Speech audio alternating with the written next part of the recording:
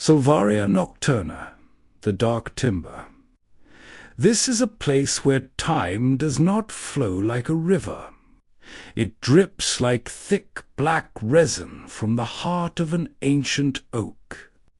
The air here is heavy and viscous, a suffocating perfume of night-blooming orchids that open only once a century, mingled with the sharp metallic tang of earth that remembers the birth of the stars.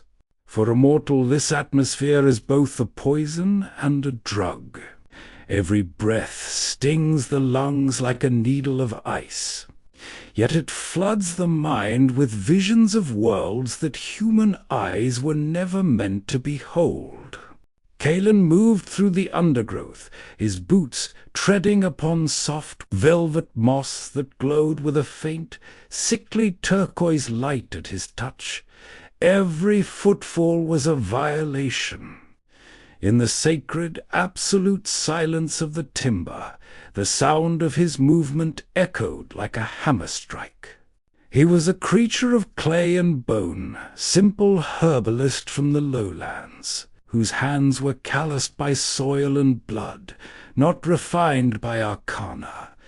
But his heart was forged from a substance far more resilient than elven steel. He stopped at the edge of the silver spring, where the laws of the world were merely suggestions. Here the water did not tumble down. It defied gravity, rising in shimmering beads of liquid mercury that danced toward the canopy above. And there, bathed in the strobe light of the ascending water, she waited. She was not merely a maiden. She was a daughter of the deep timber itself. Her skin held the pale, haunting luminescence of moonlight reflected in still water. Her hair cascaded like a waterfall of ink and shadow, tangled with living fireflies that pulsed in time with the forest's slow, rhythmic heartbeat. When she looked at him, Kaelen felt the world tilt. In her eyes, he didn't just see love. He saw the crushing abyss of eternity that stood between them. "Kaelen," she whispered, and her voice was the rustle of dry autumn leaves against marble. "The forest feels you. The roots beneath your feet are already weaving your shroud. My mother, Queen Malatesta, knows of every breath you take. She drinks your scent through the wind."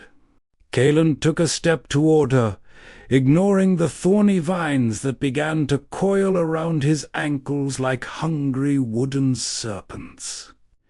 "Let the forest consume me. Elara, I would rather become fertilizer for these twisted trees than live a single day without the memory of your face. My mortality is not a weakness. It is my fire." In that heartbeat the forest reacted. A wave of unnatural cold swept through the clearing.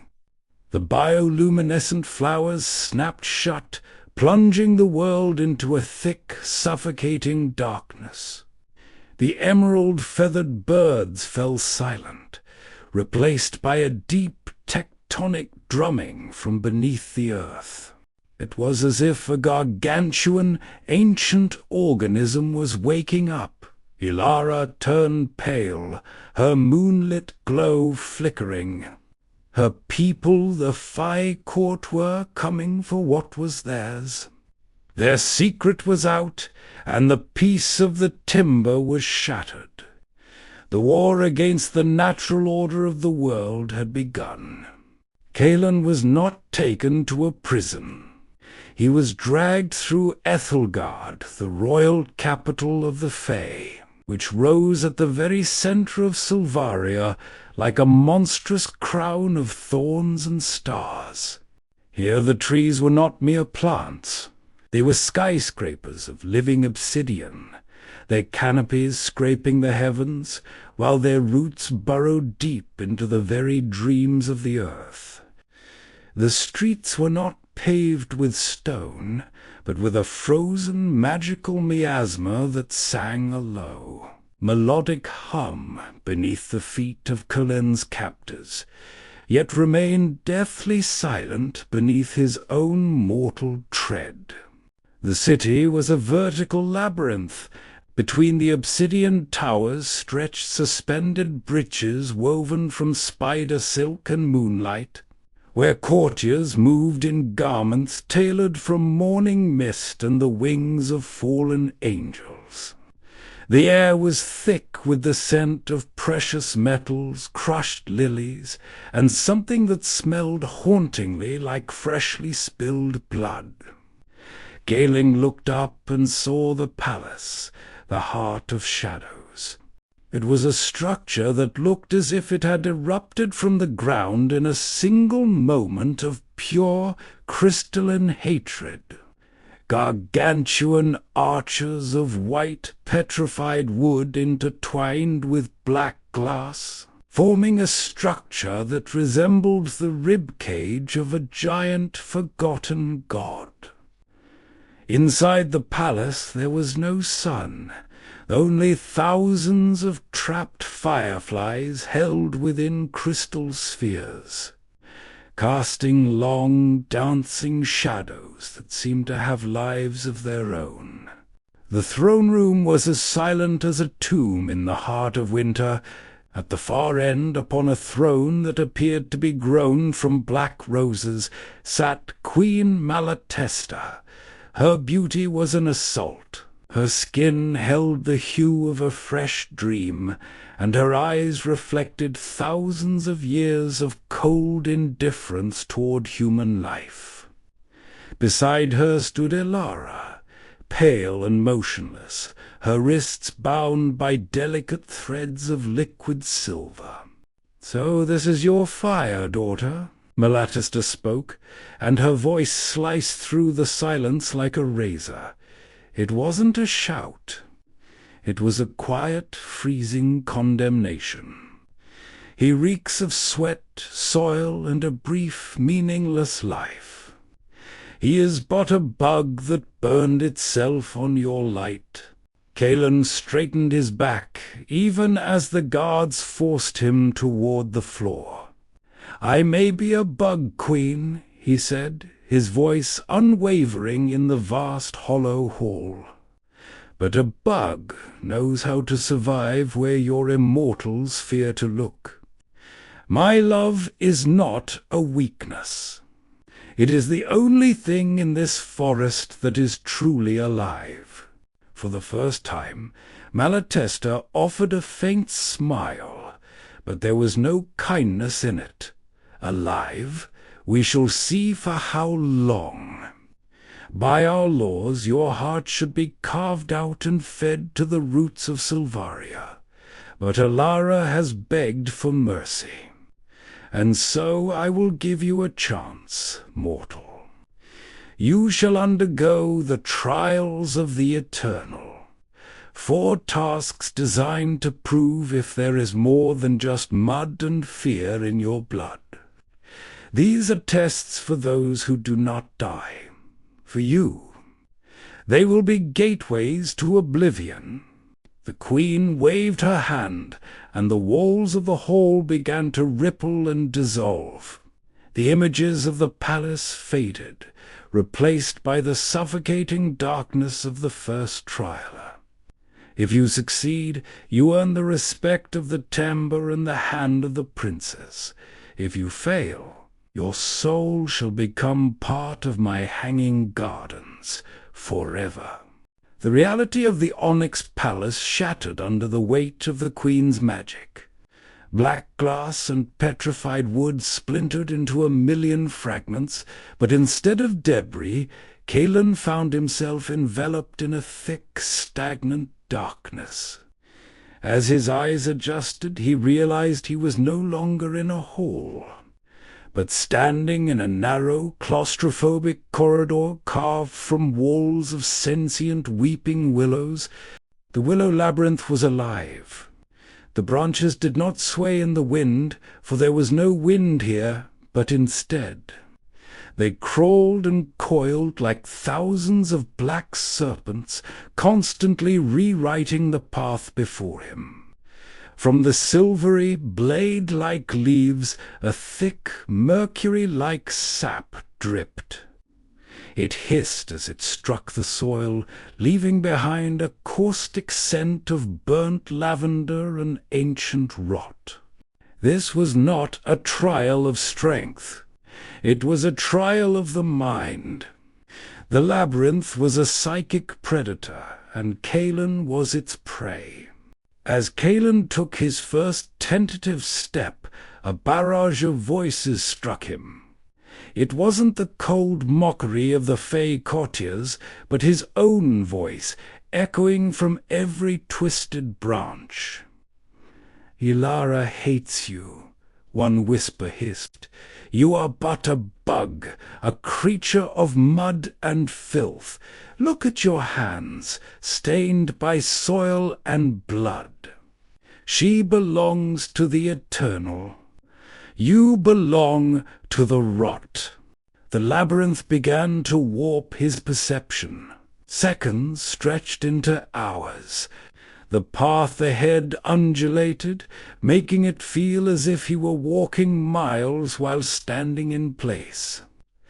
Kaelen closed his eyes to escape the visual distortions, but the darkness within was worse.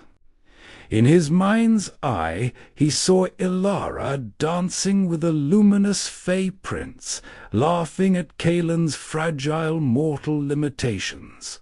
A trial for the immortal, Kaelen realized, his voice sounding small and lonely in the noisy silence. The Fae would simply shut off their senses and glide through this nightmare like ghosts. But I must rely on what makes me human. He stopped. He ignored the shifting walls and the screaming doubts in his skull.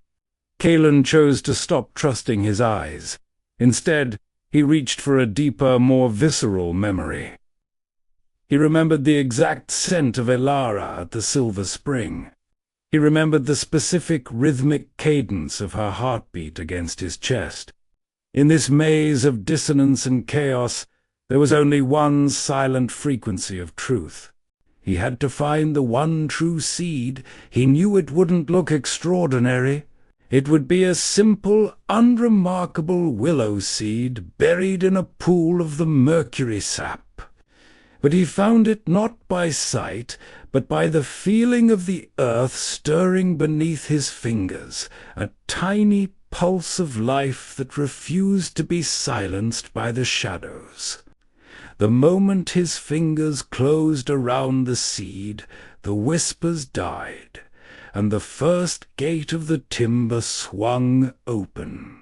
The first gate closed behind Kaelen with a heavy wooden groan, and he found himself in a place where even time itself seemed to have frozen in place. Before him stretched the plain of forgotten echoes. It was not soil or grass that formed the ground here, but an infinite field of jagged, translucent crystals that the Fae courtiers called the Bleeding Stones. These stones were not dead. They were parasitic entities that fed not on blood, but on warmth and memories.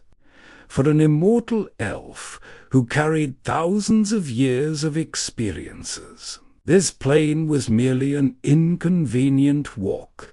They could sacrifice a century of boredom and hardly notice its absence. But for Kaelen, for a human whose life was but a brief spark between two eternities, every step was a lethal gamble. Kaelen took his first step. As soon as his boot touched the crystal, he felt a stinging frost shoot through his marrow. The stone beneath him flared with a bright, predatory crimson. In that instant, Kaelen felt a memory dissolve from his mind. He saw his mother's face as she sang him a lullaby, and then, as if someone had blown out a candle, it was gone. Only a hollow grey hole remained in his heart. Just a memory. Kaelen whispered, his voice thin, followed by a small cloud of frozen breath. The price of the path. He took another step. This time the scent of fresh-baked bread from his childhood vanished. Another step, and he forgot the name of his first friend. The plain was endless, and with every meter, Kaelen became a more hollowed-out vessel. His skin turned a deathly grey, his lips cracked with the frost, and his movements became increasingly mechanical. Queen Malatesta watched this spectacle from her palace through a mirror of black water. In her eyes there was no compassion, only a cold scientific curiosity.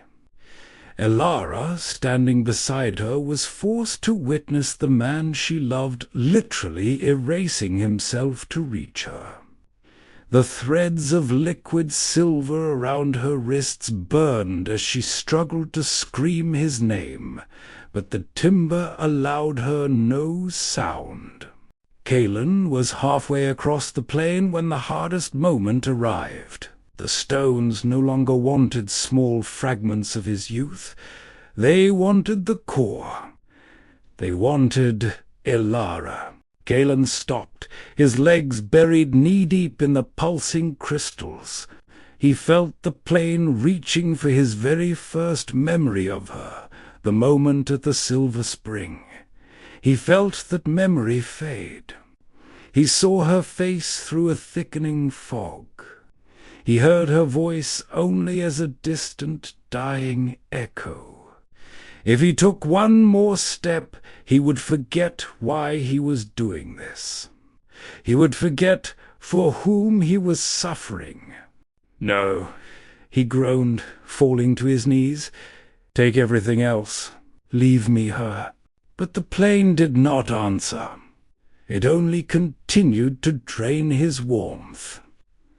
Kaelen knelt there, breathing in ice crystals, fighting for the last scraps of his identity. Then a realization struck him. To pass, he had to surrender even this beautiful pain. He had to trust that even if his mind forgot her, his body and soul would find their own way back to her side. With a silent scream, Kaelen forced himself up and began to run. He sprinted across the bleeding crystals as they tore through his boots and skin, surrendering a piece of his life with every leap. When he finally collapsed onto the soft, black soil on the far side, he was a different man. Broken, grey, with a hollow gaze. He had survived the second trial, but he no longer remembered the name of the one for whom he had done it. Kaelen's eyes were blank, reflecting only the grey void that had consumed his mind, but his legs moved with terrifying absolute certainty. He crossed the threshold of the webbed lair, the precise point where time itself is manufactured in Silvaria. The air here was dense, vibrating with a high, unpleasant tone that stung the inner ear. The entire space was filled with webs, but they were not spun of silk. They were webs of pure light and possibilities. These were the threads of all Aethelgard's fates.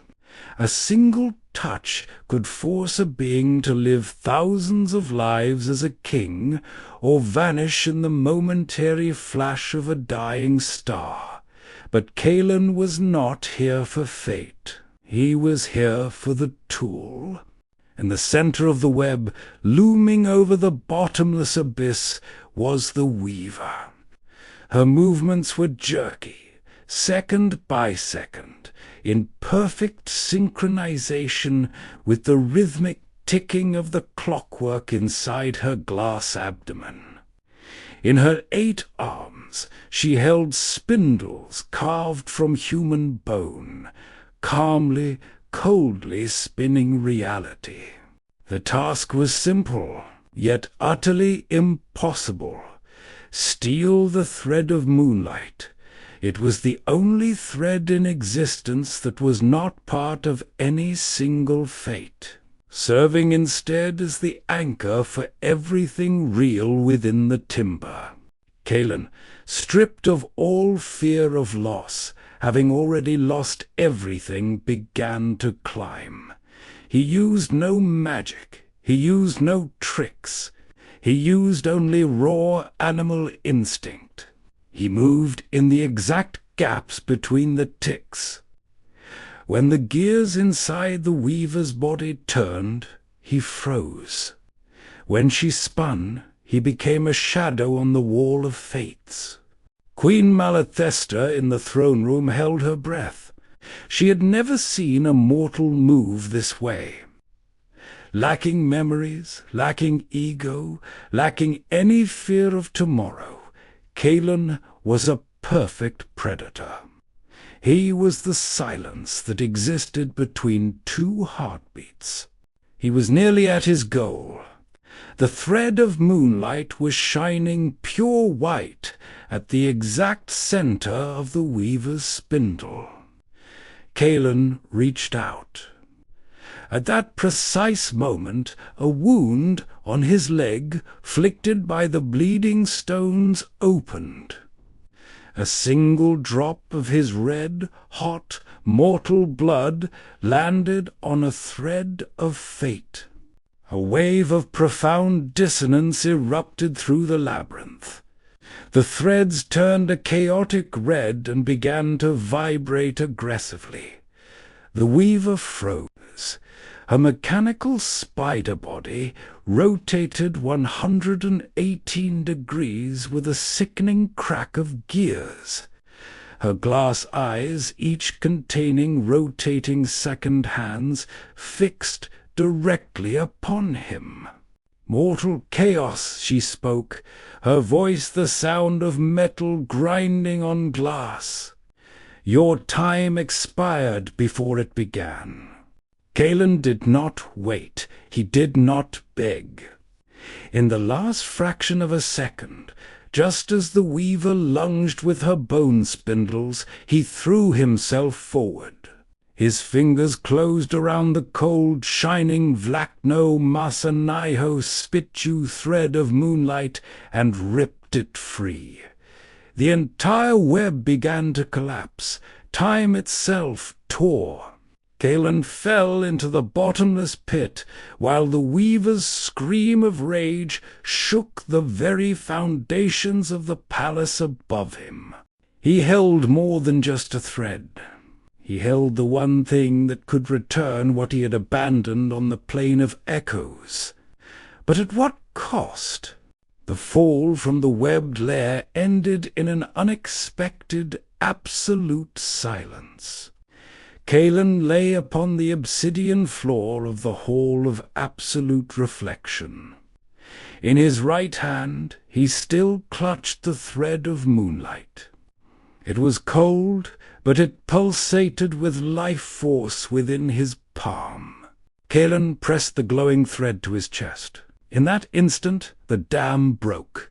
Memories returned like a tidal wave of icy water.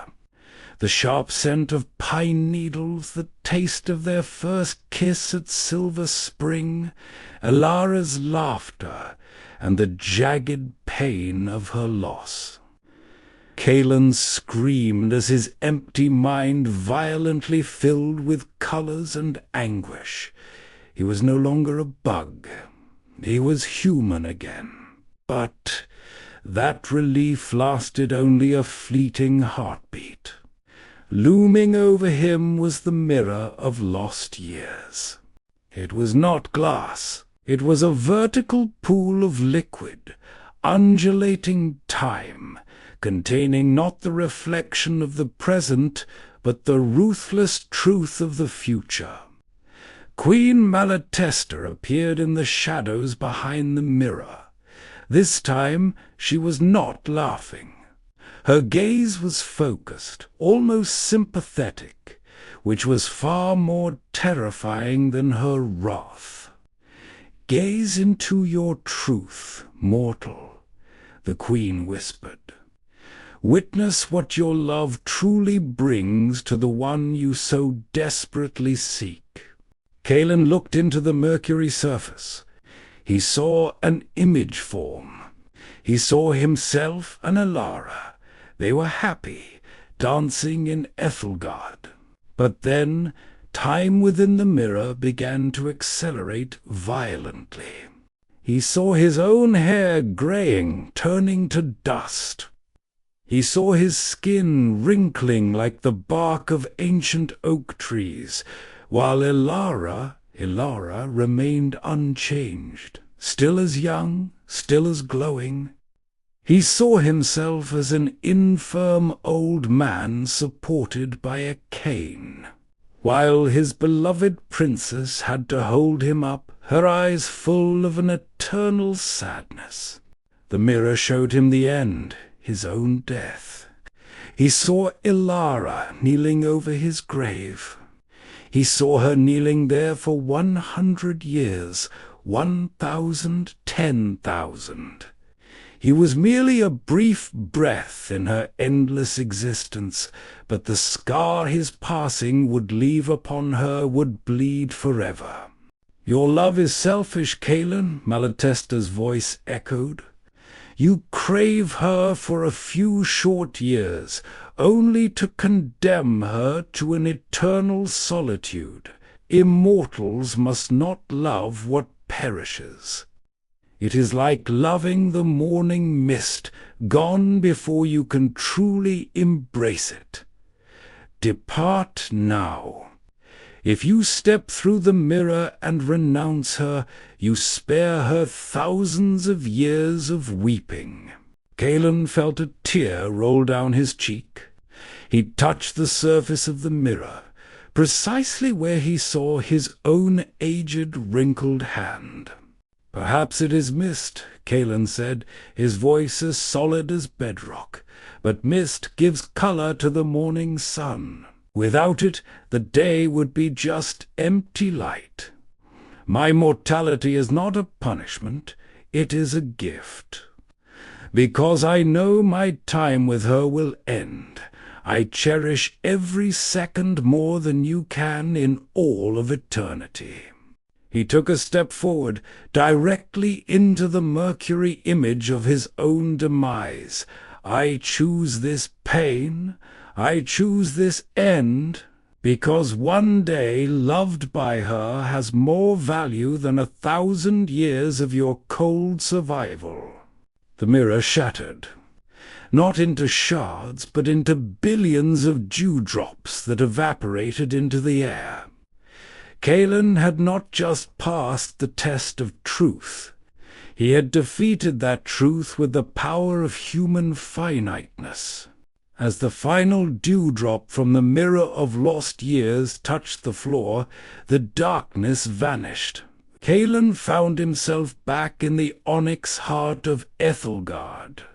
He stood in the exact same spot where, an eternity ago, Queen Malatesta had delivered his death sentence.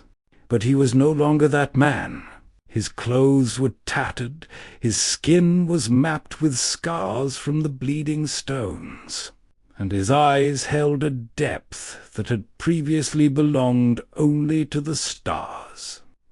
In his hand he still clutched the thread of moonlight, which now pulsed in perfect rhythm with his weary heart. An absolute silence descended upon the throne room. Hundreds of courtiers beings as ancient as the mountains stared at him with an expression their faces hadn't worn in millennia. Reverence Queen Malatesta slowly rose from her throne of black roses. Her marble face was no longer cold. In her eyes a single tear glistened, the first tear shed by the sovereign of the dark timber since the first tree in Silveria reached for the heavens. "You have done it," she whispered, her voice carrying through the hall like a warm breeze. "You accepted your death so that you might live. You surrendered your past so that you might have a future. We, who do not die, have forgotten what it means to truly love. We believed your mortality was your weakness, but it is your greatest enchantment." She waved her hand, and the silver shackles on Elara's wrists dissolved like morning mist. Elara did not run. She walked toward him slowly, her feet barely brushing the floor. When she reached Kaelen, she placed her hand upon his cheek. Her touch was not cold like moonlight. It was burning with warmth. In that moment, Silvaria Nocturna transformed. The dark timber ceased to be a prison. The roots of the trees withdrew, the thorns blossomed into clusters of white jasmine, and a golden pollen began to drift through the air, healing Kaelen's wounds. His greyed skin regained the hue of life, though the scars remained, medals of honor from a war he had won against fate itself. "You no longer need to fear time, Kaelen," Elara said, her voice filled with a joy that made even the oldest leaves in the forest tremble. "Your love has made you one of us. Not because you will stop aging, but because your story will be told in this forest as long as the moon continues to shine." Malatesta stepped toward them and placed a hand on Kaelen's shoulder. Today, the order of the world did not change. Today, the order of the world was finally fulfilled. A mortal who brought fire into the realm of shadows. And then a dance erupted through Aethelgard. It was not the cold, mechanical dance of the courtiers, but a wild, untamed celebration of life. Kaelen and Elara spun amidst the golden pollen, while the forest around them sang a hymn of the man who loved so deeply that even eternity had to bow its head. This story does not end with death nor with eternity. It ends with a moment that lasts right now. In the dark timber where time drips like resin, one heart chose to burn, and that flame shall never be extinguished.